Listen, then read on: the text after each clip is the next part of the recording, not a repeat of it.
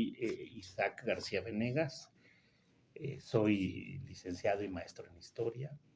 Eh, Tengo estudios en relaciones internacionales, también en música y soy profesor de la Facultad de Filosofía y Letras, aunque mi base de trabajo es el Centro de Investigación y Estudios Superiores en Antropología Social, conocido como CIESAS, ¿no? Ahí estoy. Así es. Sí. Sí, bueno, de sus comentarios sobre el trabajo de los muchachos, bueno, fue un proyecto largo, digamos, por así decirlo, pero este, hicieron 3 entrevistas, bueno, ya usted ya lo leyó, 3 entrevistas, eh, algunos a familiares distintos, otros repitieron, bueno, hicieron las 3 entrevistas con el mismo familiar, pero con respuestas interesantes que, bueno, usted leyó. Claro. Bueno, al igual que la ocasión anterior, creo, digamos, si no en todas las preguntas, sí en la primera, en la relacionada con la muerte, sí es como notorio un tema generacional, de nuevo, ¿no? Bueno, primero hay que decir que es una pregunta difícil, ¿no? El tema de la muerte siempre es como muy complicado. Eh, pero lo que, digamos, aunque está presente de manera recurrente estos discursos de que pues, es el fin de una etapa, es doloroso, es triste, etcétera. Creo que la parte más notoria sobre esta diferencia generacional tiene que ver con cómo se relaciona uno con sus muertos, ¿no? Y me refiero a esta diferencia generacional porque en principio están los que apelan a los rituales, ¿no? El Día de Muertos, eh, eh, digamos, es como una serie de actitudes que tienen que ver con algo muy específico para el ser humano en una época que es la idea de la necesidad de los rituales para vivir la vida, ¿no? Para vivir sus distintos momentos, ¿no? Y creo que eso se nota, ¿no? En generaciones de los 50, 60, ¿no? En cambio, las generaciones posteriores, ¿no? Por lo menos en las entrevistas, lo que me doy cuenta es que aparece, digamos, no en todos, pero sí aparece como una idea de salud y de superación, ¿no? Es decir, de que tú tienes que seguir tu vida o tienes que cuidarte en términos de salud para no morirte tan rápido o ir, en los pocos casos que lo señalan, al psicólogo, ¿no? Y eso me llama mucho la atención porque apunta a un fenómeno social presente actualmente, ¿no? Eh, Esta idea de que la salud o la psicología o el bienestar mental es más importante que el ritual que lo relaciona uno con los muertos, ¿no? Y en cambio, digamos, en generaciones anteriores, como que no se tenía tanto en cuenta esto, sino más bien se pensaba que sí, que era un proceso natural. Pero más allá de la naturalidad del proceso, lo que es importante es cómo te relacionas y eso implica un acto ritual, no solo de saber que a la persona que se fue tú la estimas y la tienes en tu corazón, sino actos rituales que los traen al presente, ¿no? Y entonces me quedaba yo pensando, ¿no? En algo que ha estado mucho en las discusiones sobre el Día de Muertos en México. Y creo que esas discusiones además están muy vinculadas a cosas demasiado, a veces muy mitológicas. Pero yo creo que en sociedades antiguas la muerte era algo, ¿no? O sea, natural y común, pero era algo visible. La gente se moría frente a uno, ¿no? Creo que eso, por ejemplo, lo vivimos hoy en día cuando el COVID, ¿no? O sea, yo creo que una de las cosas que más nos impactó es que como sociedad estamos acostumbrados a ocultar a nuestros muertos, a nuestros locos, a nuestros enfermos, no los vemos, ¿no? Los recluimos en instituciones. Los cementerios son así como, de ahí no sales, ¿no? El poeta Jaime Sabines tiene un poema muy bonito sobre eso, ¿no? Y en una parte dice, bueno, es que te echan paladas como si no te vayas a salir, ¿no? Y paladas y paladas. Entonces es muy interesante porque en sociedades antiguas la gente muerta, enferma o afectada mentalmente, pues era algo que se veía cotidianamente en el entorno, ¿no? Entonces, digamos, la muerte no era algo ajeno en ese sentido, no era algo excepcional, sino era algo cotidiano, ¿no? Y entonces se establecían relaciones, eh, digamos, como rituales, ¿no? Eh, para relacionarse con ellos después. En cambio ahora, en una sociedad inmersa en la salud, inmersa en el bienestar, inmersa en el presentismo, ¿no? Como que si hay una idea de que, bueno, sí, o sea, los muertos ya se murieron. Me llamó la atención algunas respuestas de, ya no los vuelves a ver nunca más, no sé qué. Y lo que tienes que hacer, dicen, bueno, pues ir al psicólogo, cuidar tu salud, casi como este dicho famoso, el muerto al hoyo y el vivo al gozo, ¿no? Entonces eso es como muy interesante observarlo, porque más allá de la decisión individual, sí creo que es un fenómeno social, ¿no? Ahora, me imagino que para los chicos, estando tan chiquitos, hacer esa pregunta debe ser lo más raro del mundo y lo más extraño, porque pues digo, hasta donde yo entiendo psicológicamente es muy difícil a esa edad entender eso, de que alguien se muere o ya no está, etcétera, ¿no? Pero en términos de archivo de la palabra, que es parte del proyecto que aquí desarrollas, creo que tiene que ver, esta es importancia, ¿no? En esa primera pregunta, es como muy interesante observar eso, ¿no? Eh, yo recientemente pasé por un conjunto de pérdidas personales muy fuertes digamos, en mi entorno familiar observo esos, ¿no? O sea, gente mayor a mí, sí es como muy de ritual y sí, recién que pasó el Día de Muertos, vamos a poner la ofrenda, ¿no? Este tipo de cosas. Y, y, y, y yo y mis hermanos, ¿no? Son un poco más grandes que yo, como que no logramos liberarnos del todo de lo ritual, pero sí mucho más racional en el sentido, bueno, pues eso sucede, etcétera, ¿no? Y claro, ¿no? Cada uno de nosotros entiende que la forma de superar, que no es lo mismo que la forma de relacionarse con los muertos, pues es distinta, ¿no? Yo lo hago escribiendo, pues ellos lo harán de esa su manera, ¿no? Pero sí creo que como dice la propia raíz de la palabra recordar, que es volver a pasar por el corazón, tiene que ver con eso, ¿no? Con que a los muertos en el fondo uno no los olvida porque de una u otra manera los está pasando por el corazón todo el tiempo, ¿no? Entonces eso me pareció interesante en esa primera pregunta, ¿no? No sé. Sí, sí, la verdad es que les fue muy complicado porque algunos compartían que justo con la primera pregunta sus familiares empezaban a llorar, ¿no? Y así seguían en la entrevista, ¿no? Les fue muy, muy complicado y ellos también se ponían a llorar. Claro, ¿no?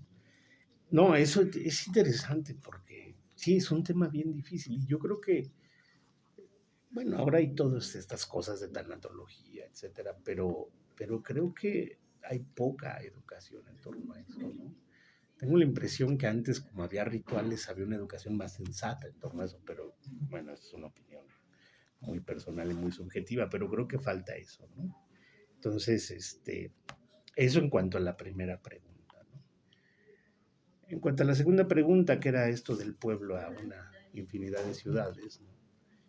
Eh, ahí pasa otra cosa, ¿no? Es muy curioso, porque ahí lo que uno percibe es cómo lo que cambia es la ciudad, ¿no? O sea, digamos, es muy impresionante, al menos para mí, que llevo viviendo mucho tiempo en la Ciudad de México, pensar que algún día fue calmada, o que fue segura, o que fue bonita, ¿no? O sea, es algo que uno le cuesta trabajo como comprender, ¿no?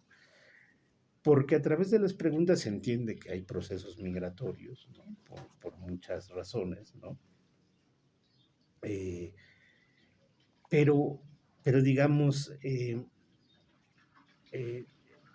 aunque hay una migración que se intuye es por asuntos de trabajo, por asuntos de pronto académicos, ¿no? De formación, etcétera, Lo que es muy interesante es que hablan de zonas de la ciudad que uno pensaría que nunca fueron amables o bonitas o tranquilas, lo cual también me hace pensar mucho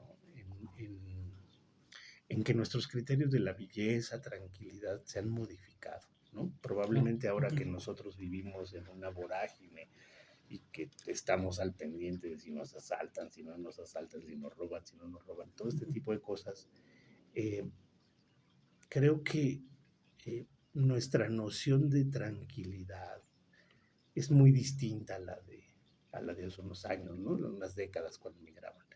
Y también es muy distinta la noción de belleza, ¿no? Porque para nosotros, de la actualidad, lo bello en la Ciudad de México está asociado como a el vértigo, la arquitectura, las luces, el Claro. consumo, ¿no? O sea, como cosas muy, muy mercantiles, comerciales. Y en cambio, apuntaba yo aquí, ¿no? Referencias constantes de tranquilidad, ¿no? Eh, eh, bonito, etcétera, ¿no? Y luego tiene que ver con los gustos también, eso también me llamó mucho la atención.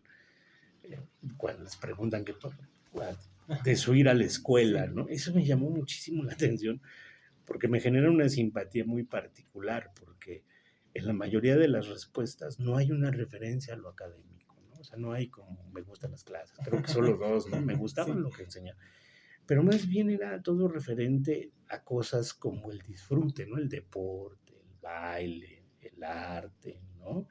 Este, eh, Pocos testimonios de un ámbito represivo, que también me llamó mucho la atención, ¿no? O sea, como que no hay ese énfasis de un mundo represivo. Pero es interesante que no hay referencias mayores al estudio, ¿no? Ujú. Lo cual tendría que hacernos pensar en los sistemas educativos, ¿no? Porque bueno, yo creo que la niñez, la adolescencia, eh, bueno, todas las etapas de la vida, pero esas en particular son muy difíciles, ¿no? Y es muy difícil estar creciendo y estarte formando y estar intentando perfilarte a una profesión. Me parece muy complicado.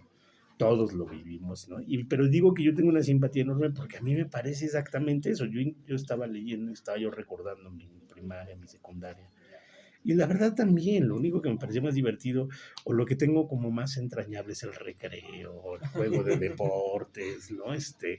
Por ejemplo, en mi caso, algo que tengo como con mucha, que recuerdo con mucho afecto, es a los maestros que salían a jugar con nosotros, ¿no? Por ejemplo, el voleibol, ¿no? Que en el recreo se ponían a jugar con nosotros.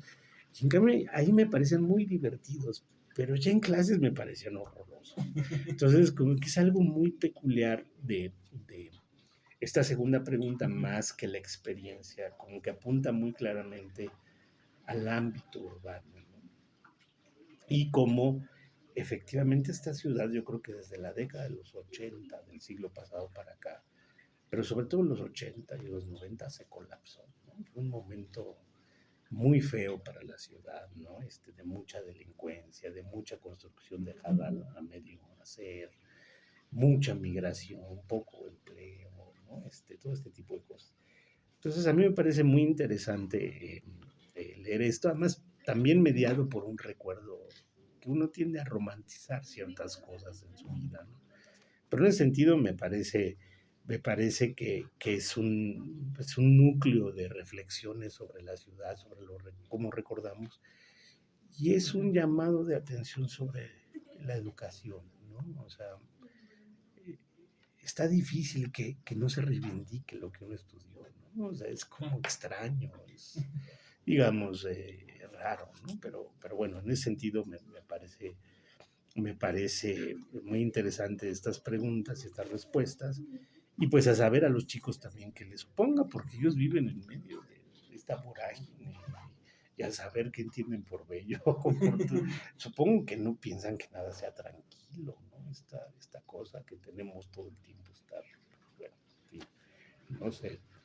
Supongo que en esta no lloraron, ¿no? No, pero me resultó muy curioso cómo muchos fue en la que más se tardaban en contestar, que una niña me llegó y me dijo, no, me tardé 3 horas y no le sabía cómo parar la plática a mi Claro, familiar, a sí, mi abuelo, no sabía cómo pararle la plática. Y dije, qué bueno claro, que sigue claro, platicando. claro. Porque, pero así igual, con esa segunda entrevista se tardaban muchísimo, ¿no?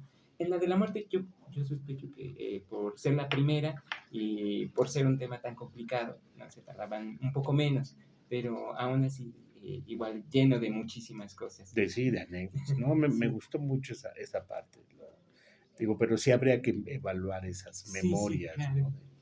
Bueno, y en cuanto a la tercera, es muy curiosa porque yo creo que se expresa muchos problemas. Primero, en nuestra formación social, de confundir política con partidos políticos, ¿no? Ese es un primer problema que yo veo, ¿no? Pero que es algo como muy inculcado en la cultura occidental y mexicana, ¿no? Es decir, la política es lo que hacen los partidos políticos, ¿no? Entonces, ese es un primer elemento, ¿no? Luego un segundo elemento que a mí, digamos, quizá por mi propiedad, me llama mucho la atención, porque más que desinterés parece que hablaran de una resignación, ¿no? Pues ahí estaba el PRI, pues hacía lo que hacía, y daba apoyos o no daba apoyos, pero yo no me metía en eso, ¿no? Y, digamos, creo que por la pregunta anterior, pues no es gente que no esté interesada en su entorno, sino más bien es gente que expresaba una resignación ante esta práctica política de un partido que se había enquistado en el poder, ¿no? Y que notoriamente en las respuestas que son muy mesuradas, ¿no? Hay como una suerte de referencia implícita a la corrupción, a lo asqueroso, a la porquería que es la política, ¿no? Y curiosamente, digamos, en las respuestas que yo vi, pues quizá solo un par de personas responden que, bueno, que apoyan al actual partido, ¿no? Pero una de ellas me llamó la atención porque prácticamente dice eso, dice, bueno, pues es que dan apoyos, ¿no? Como el PRI daba apoyos, ¿no? Entonces, digamos, no es como una sensación de transformación, ¿no? Sino más bien está asociada como a esta práctica institucional de si me apoyas, pues te apoyo, ¿no? Pero el apoyo quiere decir dinero, quiere decir recursos, etc. Pero me llamó mucho la atención como la distancia, ¿no? Que está planteada a partir de una confusión muy específica de política con partido político o con gobierno. Salvo dos respuestas, que esas me llamaron mucho la atención, porque refieren a una organización relativamente autónoma para luchas específicas, como poner luces, iluminar. Y eso, digamos, esa parte, que insisto, son los menos los que contestan eso, está haciendo referencia a una concepción de política distinta, ¿no? Que no tiene que ver con el partido político, que no tiene que ver con el apoyo institucional, sino que tiene que ver con la organización relativamente autónoma frente a las propias necesidades, ¿no? Pero ambas personas, si leí bien, no se dedican después a la política partidaria, ¿no? O sea, hacen eso y ya fue todo lo que participaron. Y sí hay uno que habla de que trabajó en la administración de Marcelo Ebrard, ¿no? En la Ciudad de México. Pero en este sentido sí también es la expresión, las respuestas de esta pregunta es la expresión como de una profunda crisis de la noción política, ¿no? Porque la política no son los partidos políticos, ¿no? La política es la capacidad que tenemos para moldear nuestro entorno colectivamente, ¿no? Y eso no quiere decir que esa capacidad sea tersa, ¿no? Está cruzada por muchos conflictos, pero eso es la política, ¿no? Y eso es lo que nos hace seres humanos, porque como seres humanos tenemos que modificar nuestro entorno para vivir en él. Entonces es muy interesante cómo a lo largo del tiempo, y en el caso de México a partir del dominio priista, hay como esta idea de desechar eso y la política solo era relacionarse con un político, ni siquiera votar porque pues, era puro fraude, ¿no? Sino era más bien como esta idea de la autoridad política, ¿no? Entonces, me parece que esta tercera pregunta, a diferencia de la primera, que era una experiencia muy personal y subjetiva en torno a la muerte, la segunda que habla de una ciudad y de un espacio, esta habla de una práctica social muy decadente en nuestro país, que al parecer pues ahorita está más o menos intentando sacudirse, ¿no? La idea de que uno puede participar sin pertenecer a un partido político. Pero en ese sentido me parece que son preguntas muy puntuales. Eh, Ignoro si tu diseño iba justamente como a pensar esos tres ámbitos de manera distinta, pero lo que sí es cierto es que a mí como historiador lo leo y me refieren esas tres cosas, ¿no? Una experiencia muy subjetiva, generacional, ritos o salud, un asunto psicológico, un tema de una ciudad que cambió radicalmente porque en algún momento se le pensaba como tranquila, amable, no sé qué. Vinculado es un proceso educativo que está asociado al disfrute y no propiamente a lo que uno aprende en la escuela, ¿no? Y la tercera parte de una práctica social política que confunde la práctica política con la pertenencia a un partido político o el apoyo a un político. Entonces me parece como que sí, de alguna manera, las tres preguntas están apuntando a una sociedad mexicana que puede ser claramente identificable con detalles así, ¿no? O sea, en épocas, etcétera. Y sí, insisto, pues tiene que ver con qué edad tienen, ¿no? Los que todavía son de los 50, 60. Y digamos, la gente de los 70 y 80, yo creo, sobre todo, ya están en otra cosa y su preocupación es completamente distinta, ¿no? Entonces yo creo que se notan en las preguntas y me parece que está bien. Y me parece bien que los alumnos, siendo tan chiquitos del primer año, aprendan a preguntar, ¿no? Eso es como muy importante, ¿no? Y que aprendan algo, y con esto quisiera yo un poco cerrar esto, es también que entiendan que para poder decir quién es uno, siempre uno apela a historias, cuenta una historia, ¿no? Y así como en términos individuales cuenta una historia de quién es uno, en términos sociales, la única manera que tenemos de entendernos es hablando de nuestra historia, ¿no? Y claro, y la historia no es una determinación absoluta, pero sí nos ayuda a entender dónde estamos, ¿no? Y cómo llegamos aquí. Y nos facilita horizontes de posibilidad para decidir, bueno, nos vamos por acá, nos vamos por allá, porque ya sabemos que se decidieron en ocasiones anteriores, ¿no? Entonces, en ese sentido, me parece que es un esfuerzo interesante, ¿no? Loable y que a mí me gusta la idea de chicos preguntando, porque creo que solo así se aprende, la verdad, ¿no? Sí, sí, claro. Sí, maestro. Sí, bueno, de la última entrevista me causó mucha risa porque de repente me llegaban un montón de no, no, no, no, no. Y decía, Sí. bueno, lo elaboré mal, ¿no? Lo Ah, elaboré mal el guión porque no, no, no, no, no. Y, o sea, no, jamás. O uno, una vez, en otro grupo puso, no, apolítico. Y dije, bueno, ¿qué es esto? Yo creo que lo elaboré incorrectamente, pero como dicen, ¿no? También hay esa confusión, ¿no? sí, no, yo no creo que esté mal elaborado, yo creo que expresa muy bien como o sea, esa confusión y ese rechazo y esa resignación, ¿no? Y así son las cosas, siempre hay un poderoso y uno tiene que ver cómo le hace, ¿no? Pero sí creo que es un tema social, ¿no? De cómo se desarrolló este país. Y bueno, yo me acuerdo de mi madre, o sea, el prismo era algo que pues ahí estaba y no te lo puedes quitar de encima y cruzaba todos los aspectos de tu vida, etcétera, y generaba entre ese rechazo, pero además habría que recordar que el Estado mexicano es un Estado muy represor, ¿no? Entonces, el rechazo te arriesgabas, ¿no? Pues ahí están los ferrocarrileros, el 68, Lucio Cabañas y demás, pero, y la otra era resignarse, o sea, un poco, esta frase que siempre me han parecido muy, muy elocuentes, que con su pan se lo coman. ¿no? Esta idea de, bueno, pues así es que con su pan se lo comen. Y entonces la sociedad pues empieza a ocupar de otras cosas. Lo que es interesante es que, por ejemplo, esta idea del disfrute, del baile, es interesante que no lo puedan asociar o no lo asocien con una práctica política, porque es una práctica política, ¿no?